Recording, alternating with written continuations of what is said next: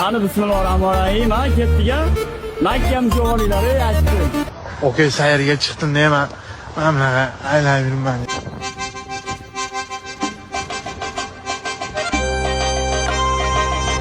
Hammasiga. Mazga. Davring kelyapti sening.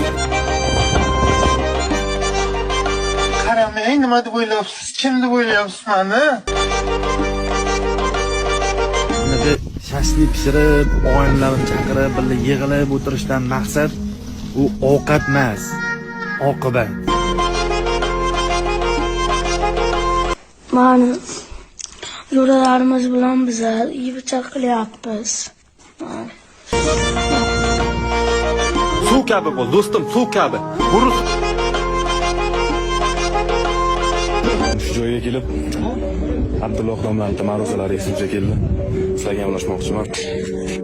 Yurakni yozadigan, g'am tashvishlarni bulutini ketkazadigan amallardan bittasi bu sayohat.